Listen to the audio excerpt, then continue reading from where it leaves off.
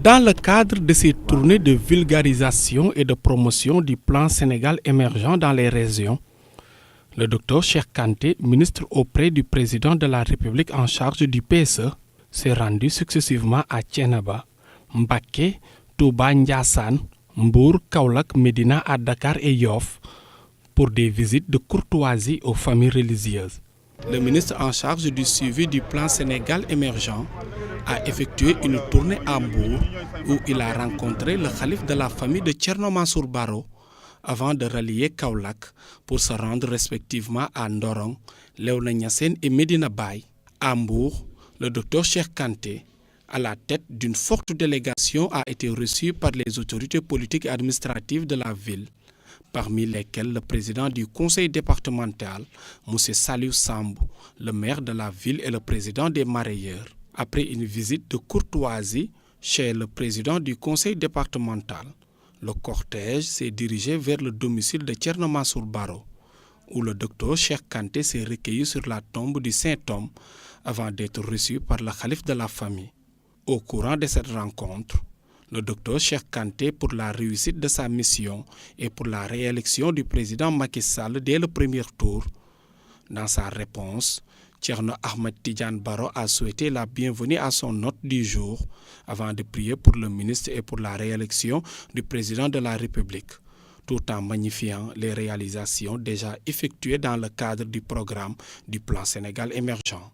ministre bi nag dara indiwu ko la mooy ziyaare la nuyu la sàkku ci yow ñaan ci ñaan ya nekkoon ci sa baay ak ci sa maam ya nga ñaanal ko yu toll noonu ndax ëllëg moom président bi mu fi nekkal muy Macky Sall yàlla delloo ko ci place ba ci anam gu gën a rafet. defe naa ni kër gi du ma fi gan. ministre nee na sëriñ bi yaakaar na ni kër gi du fi gan. bi ma président sargale dénk ma port. nee na bi ko président Macky Sall ci mbaaxam ak melokaanam sargalee dénk ko port autonome de Dakar. defe naa ci kër diine yi ma njëkk a ñëw ziyaare sàkku ñaan ci la bokk. nee na këri diine yi mu njëkk a ñëw sàkku si ñaan ak siyaare nee na sa baraba maam bii sa baraba baay bii ci la bokk. kóllëre googu yàgg naa ko sàmm sama diggante ak ñoom. ministre Cheikh Kanté nee na sëriñ bi kóllëre googu yàgg na koo sàmm seen digganteeg moom. moo tax tànk yooyu moo tax ma jóg tey. nee na moo tax tànk yooyu mu jóg tey. ñëw. feddali kóllëre. feddali kóllëre. di sàkku ñaan. di sàkku ñaan. pour président de la république. nee na ñaan googu muy sàkku nag lépp mi ngi koy sàkku le président de la république Macky Sall. ak réew mi. ak réew mi. suñu réew. ku soxorul. nee na ku soxorul. ku am xam-xam tuuti. ku am xam-xam tuuti. xam ni président réew mi moo ko ñor. nee na xam ni le président Macky Sall réew mii di Sénégal dong moo ko ñor. te yàlla suturaal na ko. te yàlla sunu borom suturaal na président Macky Sall. diir bu gàtt bi mu fi def. nee na diir bu gàtt bi mu fi def. résultat yi mu fi am. nee na résultat yi président Macky Sall am. amul benn président bu ko mës a am suñu indépendance. nee na 1960 bi ñu amee indépendance ba bésab tey li fi président Macky Sall def ci résultat ci kattanu yàlla amul kenn ku mës a jiite réew mi ku ko def. ba ci diine ji. nee na ba ci diine ji. li mu def ci diine amul président bu ko fi mës a def. nee na diine l'islam ak këri diine yéeg ñi fi nekkal diine ji nee na li mu ci def amul benn président boo xam ni mas nga ko fee def. ba ci daara yi muy moderniser. nee na ba ci daara yi nga xam ni fi la ñuy sàkkoo xam-xam sunu digganteeg sunu borom nee mu di ko moderniser amul kenn ku ko mas a def. mu jël nag li muy naan PSE. nee na nag monsieur le président Macky Sall jël li muy wax PSE. teg ko sama loxo. teg ko ci loxoom moom ministre Cheikh Kanté. président nag daf ko fonk lool. nee na nag PSE moom mu ngeen dégg président daf ko fonk lool muy Sénégal émergence. parce que ci la bëgg a sukkandiku. nee na ci PSE bii mu dénk le ministre Cheikh Kanté ci la président Macky Sall bëgg a sukkandiku. dog mbuumu jaam. nee na dog li ñuy wax buum ak njaam. ci biir PSE boobu. nee na ci biir PSE boobu. ponk bi ngi naan axe 2. nee na ponk bi ñuy wax axe 2. soo ko xoolee moo ci ëpp importance. nee na soo xoolee ponk boobu moo ci ëpp njariñ. parce que axe 2 bi. nee na axe 2. capital humain la ko tuddee. nee na capital humain la ko tuddee. capital humain. capital humain. mooy li tubaab di naan savoir faire. li tubaab di wax savoir faire. savoir être. savoir être. am expérience. am expérience. fonk sa culture. fonk sa culture. culture boobu nag. culture boobu nag. ci la diine nekk. ci la diine nekk. te lu diine dugg rek. te ne lu diine dugg rek. dafa war a mën a sotti. ne loola yàlla da koy sottal. parce que day defar jikko. ndax ne diine dafay defar jikko. soo xoolee moo tax axe 2 boobu. nee na moo tax axe 2 boobu. li tubaab di naan variable d'ajustement. nee na variable ajustement. mooy defar yeneen yi. mooy defar yeneen yi. parce que ci jikko moo ko samp. nee na jikko moo samp axe 2. yonent bi nga xam ne bi mooy suñu yonent. nee na yonent bi alayhi salaatu wasalaam mi sunu yonent. yàlla jikkoom la ko tabbee. nee na bi yàllay tagg yonent bi alayhi salaatu wasalaam ca jikko ja la ko woy. jikkoom la ko defaree. jikkoom la ko defaree. moo taxoon tey. ma ñëw. mu ñëw. di tàllal sama loxo. moom ministre Cheikh Kanté di tàllal loxoom. pour ngeen ñaanal président. ngir ngeen ñaanal le président Macky Sall. parce que su ngeen ñaanalee président rek ñaanal nga ma ñaanal ngeen réew mi yëpp. nee na bu ngeen ñaanalee président Macky Sall ñaanal ngeen ko ñaanal réew mi ñaanal ko moom ci boppam. mëbët bii nga xam ne bii commencé na ko ci bisimilah rahmaani rahim. nee na ngir yàlla sunu borom nungu seeni ñaan mébét mi président Macky Sall tàmbali ci bisimilah rahmaani rahim. mu def ci barke ba nga xam ne bii am na ci lu kenn amagul. nee na seeni ñaan yàlla sukkandiku ci def ci barke ba nga xam ne président li mu ci bëgg lépp yàlla dana ko defal ci réew mi. mu mën ko yeggale ak ci alhamdulilah. nee na mu mën koo àggale ci alhamdulilahi rabbil alamin. te loolu pour mu mën ko. te loolu ndax mu mën ko. il faut que mu am deuxième mandat. nee na il faut que mu am deuxième mandat. loolu daal mooy sama tànk. loolu mooy ay tànkam. xam naa ni am na làmmiñ yoo xam ne yii. nee na am na làmmiñ yoo xam ne yii. yàlla du delloo seen ñaan. nee na bu ñu ñaanee yàlla sunu borom dana ko nungu. ni waa famille kër waa Moustapha Baro. nee na famille maam Thierno Mansour Baro bii. ci la ñu bokk. nee na ci làmmiñ yooyu yàlla sunu borom boole na leen ci.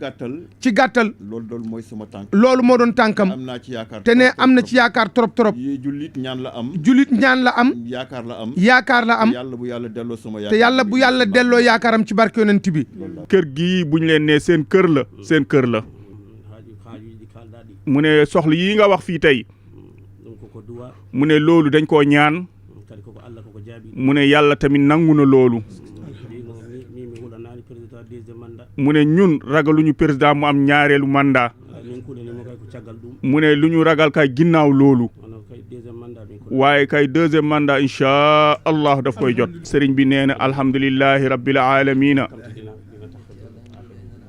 mu ne ñu ngi sant yàlla di julli si yonent bi sallallahu alayhi wa sallam mu ne lu ñu wax ak lu ñu noppi li yëpp yàlla xam na loolu dëggal benn lañ même bu ñu waxul dara tamit mu ne xam nañu lépp amiin ya rabbal alamin. Après l'étape de Mbour, le cortège du ministre en charge du suivi du plan Sénégal émergent fait cap sur Kaolack, où les autorités politiques et administratives se font fortement mobiliser pour accueillir le docteur Cheikh Kanté et l'accompagner d'abord à Touba Ndorong, où le ministre a décliné l'objet de sa visite, qui est de solliciter des prières auprès du guide religieux Serigne Babacar Mbacké Moukabaro pour la réélection du président de la République dès le premier tour en 2019. Dans sa réponse, Serigne Babacar Moukabaro a d'abord magnifié l'engagement du ministre Cheikh Kanté auprès du président de la République, avant de prier pour la réélection du chef de l'État. dañu ñëw pour ziyaare nuyu la sàkku ci yow ñaan am nañ ci itam yaakaar ndax say wayjur ak say maam la ñu liggéeyal yàlla ak nañu féete woon ak yàlla ku bokk ci ñoom dinañ yaakaar sa ñaan dañuy wax ne kaani wex na waaye doom jaa gën a wex ndey ja kon nag doom yi bokk nañ ci ñi nga xam ne ci wàllu diine dañ leen di yaakaar ci diine ak suñu yoon nag mooy loolu li mu bëgg ñu ñaanal ko mooy mu ngi liggéey ci réew mi di liggéeyal yàlla itam di liggéeyal këri diine yi wante buñ demee ba 2019 yàlla tegaat ko ci kanam askan wi comme ni mu ko ci tegee ndax yàqu ci dara mu fi ñëwee ba léegi lu baax rek lay def loolu mooy yoon wi ñu ñëw ci yow buñ la nuyoo ziyaare la ba pare nga xam ne yaa représenté xalifa bi fii nga ñaanal ko ci loolu. sëriñ bi ne asalaamualeykum wa rahmatulahi taala wa barakatu. monsieur le ministre ne sëriñ Cheikh Khadim Mbacké mi ngi lay nuyu ne ak mbooleem muriti Kaolack yëpp ne ak fii nu dëkk di Touba Kaolack génnul néegam bii doxalul dara ci digganteem ak boroomam doyloo na maamam sëñ Bamba te loolu yi ñun ñëpp mënees na koo seere ci moom ne waxul nag lenn lu neex sëriñ bi waaye li mu xam ci moom rek ne loolu la ñuy seedeel ngir sa yaakaar na yokk teyit sam xel na dal bu baax wax na ko président bi muy wut réew mi dafay ñëw fii fi moom mu ne ko danaa la ñaanal yàlla ba nga ñëwagul bi nga ñëwee tamit maa ngay wër ba continuer di la ñaanal yàlla nee ko soo demee danaa des ci di la ñaanal yàlla élection yi weesu lañ mës a gis sëriñ bi génn dem voté ji muy présidentielle yi ñu dem deuxième tour ñu yóbbuwaat ko mu dem voté ji ba mu ñëwee daa toogaat ci këram gi kon mel na ne xelam dal na ci yéen xolam it sedd na ci yéen ne koo teral waajuram rek mu war laa teral te gis na nii ngeen def Touba def ko Medina Baye gi def ko Tiwaawan mboolem këri diine yi ba léegi boole ngeen ci Poroxaan ne te ba ngeen di tàmbali Poroxaan Cheikh Mouhamadou Mountakha mi sëñ Bamba toogagul woon jotaay ba ne kon def lu baax rek ngeen ca jublu woon ba sun borom fekk leen ca lii ne te loolu lii nun ñii la waroon mënuluñ ko sun bopp nit bu la defalee loo man nee la Serigne Touba Cheikh Abdoul Ahad Mbacké waxoon rek la ngeen bëgg ci nun li ngeen ñu defal moo ko ëpp kon na seenum xel dal. À la suite de cette étape, la délégation ministérielle s'est également rendue à Kaneen, où elle a été chaleureusement reçue. Le docteur Cheikh Kanté faisait l'historique de ses relations avec la famille, déclare être venu chez lui et a sollicité des prières pour le président de la République, pour une paix durable dans le pays et pour un second mandat pour le président Macky Sall dès le premier tour. Le khalife Seydi Aboubacar Kane a dans son discours magnifié la présence d'El Hadji Moustapha Gueye dans la délégation avant d'affirmer que le vœu du ministre qui est de réélire le président de la République dès le premier tour sera exaucé tout en formulant des prières en ce sens. dama bëgg wax sëriñ bi ne ko El Hadji Cheikh Kanté mi docteur Cheikh Kanté mi ak ñi mu àndal dañoo ñëw fii ci béréb bi muy béréb bu am barke te béréb barke bi lu yàgg la suñu maam Cheikh Abdoul Hamid Kane mu nekk koo xam ne ña mu jamono anteeg ci diine yëpp xam nañ ko xam-xamam dëggoom ak jubam ak maandoom kon béréb bu mel noonu dañ fay yaakaar barke kon nag docteur Cheikh Kanté ne kon na ñëw ba fii yow mi leen fi nekkal te dama waxoon fale démb ne kaani weex na lool waaye doom jaa gën a weex ndey ja na ñëw ba fii saafante ak yow ziyaare la nuyu la dénk la suñu bopp itam dénkaale la président de la république Macky Sall xam nañ ne ëppatul at ñu dem ci ay élection présidentielle balaa boobu nag foog ñu ñëw ci fu mel ni fii ak ñu mel ni ñii dénkaane suñu bopp wax leen ne ñoo ngi yaakaar seen ñaan ngeen ñaanal ko yàlla tegaat ko ci place bi ci gën jaarafet yi tegin ci premier tour loolu mooy yoon wi kon nag loolu moo taxoon nu ñëw fii nuyoo ziyaare tala loxo yi sàkku ñaan du nuyu it monsieur le ministre Cheikh Kanté ak délégation bi mu àndal ak fu mu mën a jóge ci Sénégal di ko wax ne ko marhaban bikum kër gii nga ñëw sa kër la lu fi nit ñaan insha allahu yàlla mën na ko nangu kon nag fii ngeen ñëw fii mooy seen kër kër gu nekk ci Sénégal seen kër la waaye fii seen kër la sunu arme nag mooy alwasifatu Seydi Hadji Malick li ngeen di xalaat ci réew mi ci jàmm dara du fi am innal wazifata lil qurra'i asimatun kazaka iqlimuha fi kulli buldani kon ñu ñangu ñaan اللهم صل صلاتك المقدسة على عين ذاتك العلي التي تفرع منها الجميع وعلى آله حق قدر مقدار عظيم سبحان ربك رب العزة عما يصفون والسلام والسلام والسلام والسلام والسلام والسلام والسلام على المرسلين والحمد لله رب العالمين.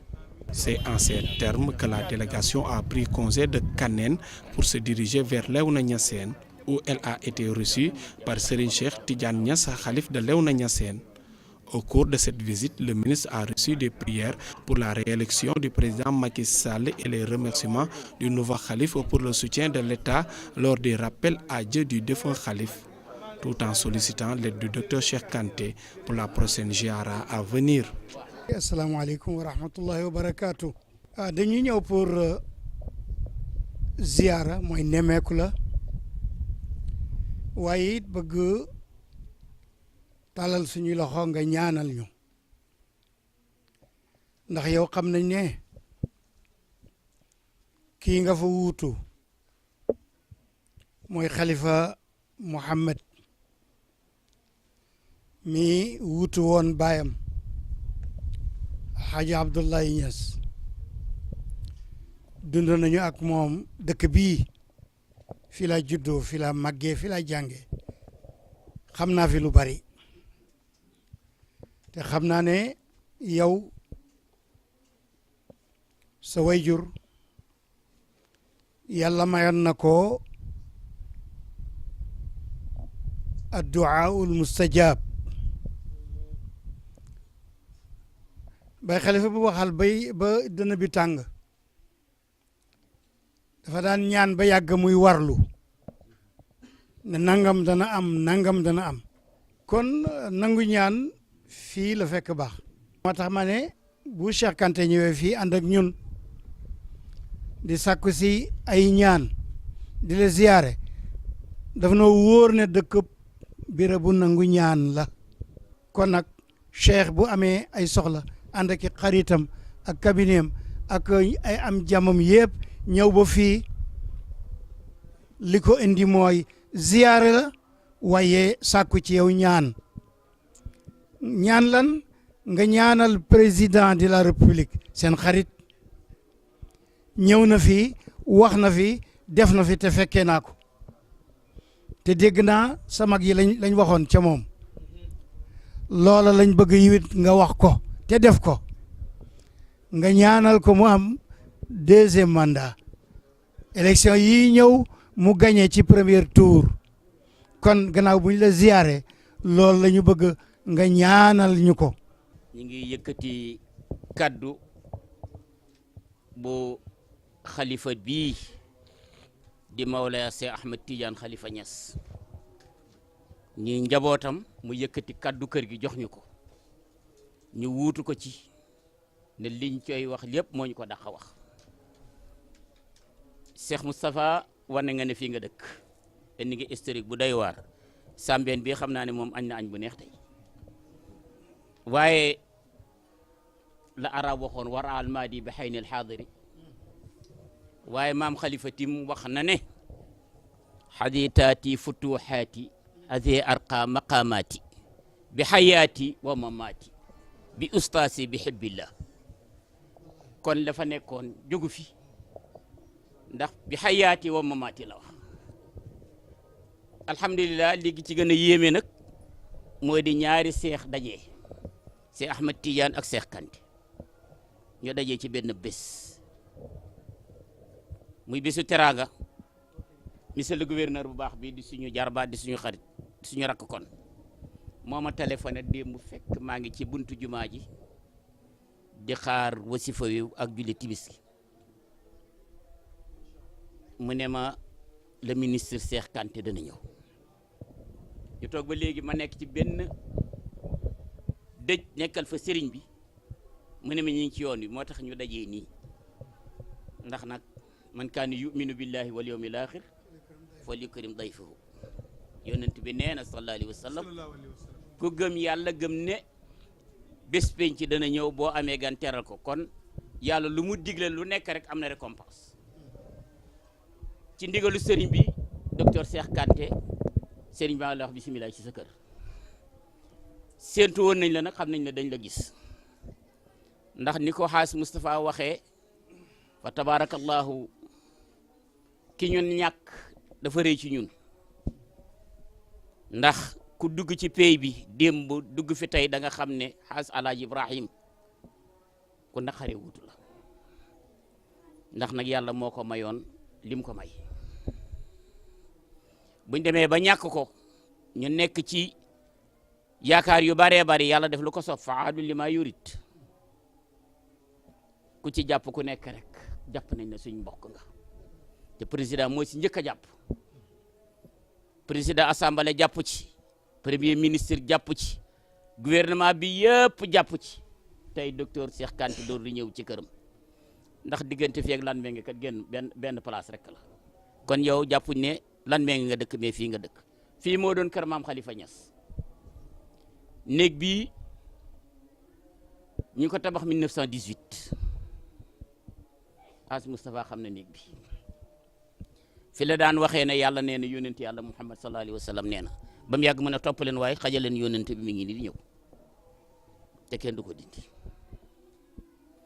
toog muuroo sarbetam ne bi si tey bi da ko ma gis rek seeram xaram na safara kenn mës koo dindi kon nag bu docteur Cheikh Kanté ñëwee fii fekk fi mbokkam mu baax mi fekk fi xaritam bii fekk fi am di jàmmam bii tàllal nañ suñuy loxo li nga bëgg na ngeen ko xam bu soobee yàlla ci ndigalul sadi bi xalifa Cheikh Ahmed Tidiane mii toog ñi ngeen fi lim ñëpp xaadim ñoom ñoo bokk Mariama Sarr Ilimaan ma Njaay si ngi ni ñoo bokk di liggéey ci siyaare bi di ñëw léegi moom woon na ma wax ma ko Lamine Tall jumaa ji bu mel nii moom la place bii di bayal bi bu mel nii jën farba la kon li fi nekkoon ngeen fi indi dara bi su fi kat te nag ndokk ba muy teraanga ne boo defoon leneen lu dul loolu danañ rus danañ profité nag monsieur le ministre kii mi ngi door a toog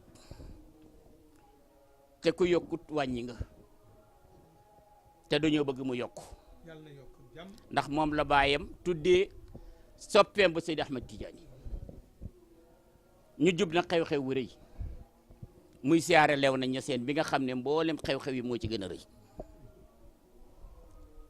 jéen defar na ci ndigalu président de la république bayal bi heure bii daa nga fekk ñu commencé tànt bi dañ ko favacé mënuñ ko tànt kon dana laaj tànt spécial démb recevoir nañ fi Youssou Ndour sëriñ bi ne ko sa rajo ak sa télévision yëpp laa bëgg nga indi ko fi mën ne ni mu ko waxee la koy naa koy defee monsieur le ministre fii amaguñ tànt spécial fi war a dugg te kee ngi door a toog te bu taalibe yi ñëwee fekk mu féex tàntuñ fi dana xaw a doyaat Moustapha te tànt yi xam ngeen li ci xew te yow nag ci kër yi nga bokk kon dafa am loo ñu sas dafa am lu ñu lay sas yi wit tànt bi nekk fii xam ne dañ koy jëlee indi matériel defar lépp sëriñ bi nee na naa la wax na tànt baa ngi ci sa baat dana ma yebal ma ñëw fi waxtaan ak yow tànt baa ngi ci sa baat ndax nag ku bëgg a dara def dara maam Khalifa may premier sëtam ci kaw suuf duna naa moom 17 ans daanaa gis taalibe ñëw ne ko nanga maanaam mu ne ko tooyalal buntu mbuus ko bëgg dara def dara tooyalal buntu mbuus mu yëkkati dara mu ne nii loxo bi dollil waaye ku bëgg dara def dara ci lii gannaaw kontaante ak mbégte ak yaatal suñu dënn yaatal suñu xol te danañ romb loola nag buñ ca xàggee da ngeen xam ne ñi fi nekkoon Alaaji Abdoulaye mi wutoon maam Khalifa Alaaji Babacar suñu wàjjur Alaaji Omar ba ca Alaaji Ibrahima dugg na ko rek yi du ko Pastef ñun mësuñoo contre nguur mastaam yow xam nga ca dara ca BDS ak isi fio ba nëga ñi xam nga ca dara te nag kuñ ma saxaan da dégg wiiw mësuñoo ànd ko déggut wiiw masta xam ca Blaise Diagne ba nëga ñi le ministre Cheikh Kanté nee na dana tànt bi incha allah nee na leneen la ñuy wax waaye tant bi moom wéy na dana ko tant bu àndeek dogal yàlla tant bu musul am wala benn du ko romb wala beneen du mën a am bu mel ni bi muy def.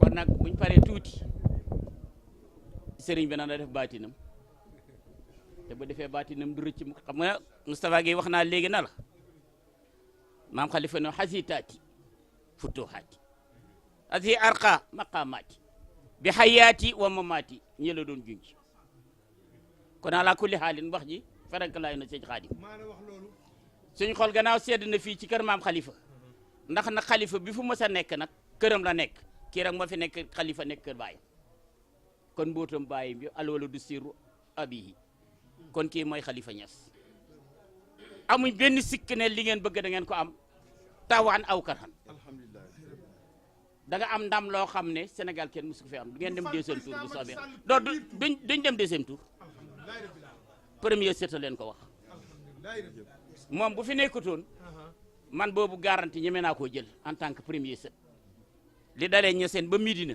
maay premier set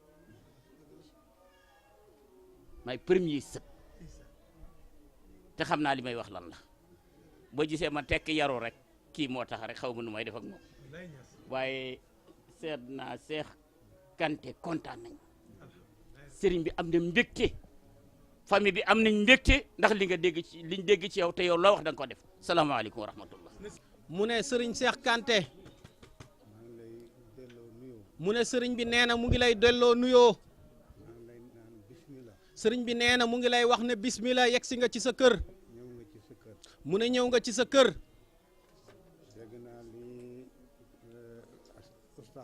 mu ne dégg na li ustaas wax mu ne sëriñ bi nee na rafetlu na ko lool mu ne moom sëriñ bi waxam nag du ci bëri fonk ko fulaal ko téye ko mu ne lenn la am fonk ko fulaal ko téye ko muy siyaare baayam bii nga xam ne xalifatul aaji Muhammad Niass lañ koy defal gàmmu moom ñëpp a ko bokk mu ne gàmmu moom ñëpp a ko bokk ndax foo dem gàmmu waaye siyaare nag sëriñ ko moom di baayam xalifatul aaji Muhammad Niass mu ne démb lam waxoon Youssou Ndour ba mu fi ñëwee soo ma ko fulaalee mu ne képp koo xam ne fulaal nga ko ziyaaram bii mu fulaal la nga yor moom mu fulaal la li nga xam ne yow moom nga yor incha allah mu ne incha allahu ndax Macky ci boppam mu ne ndax Macky ci boppam munuñu ko ñàkk a ñaanal mu ne munuñu koo ñàkk a ñaanal munuñ koo delloo njukkal mu ne munuñ koo ñàkk a delloo njukkal ndax li ñu defal ndax li nga xam ne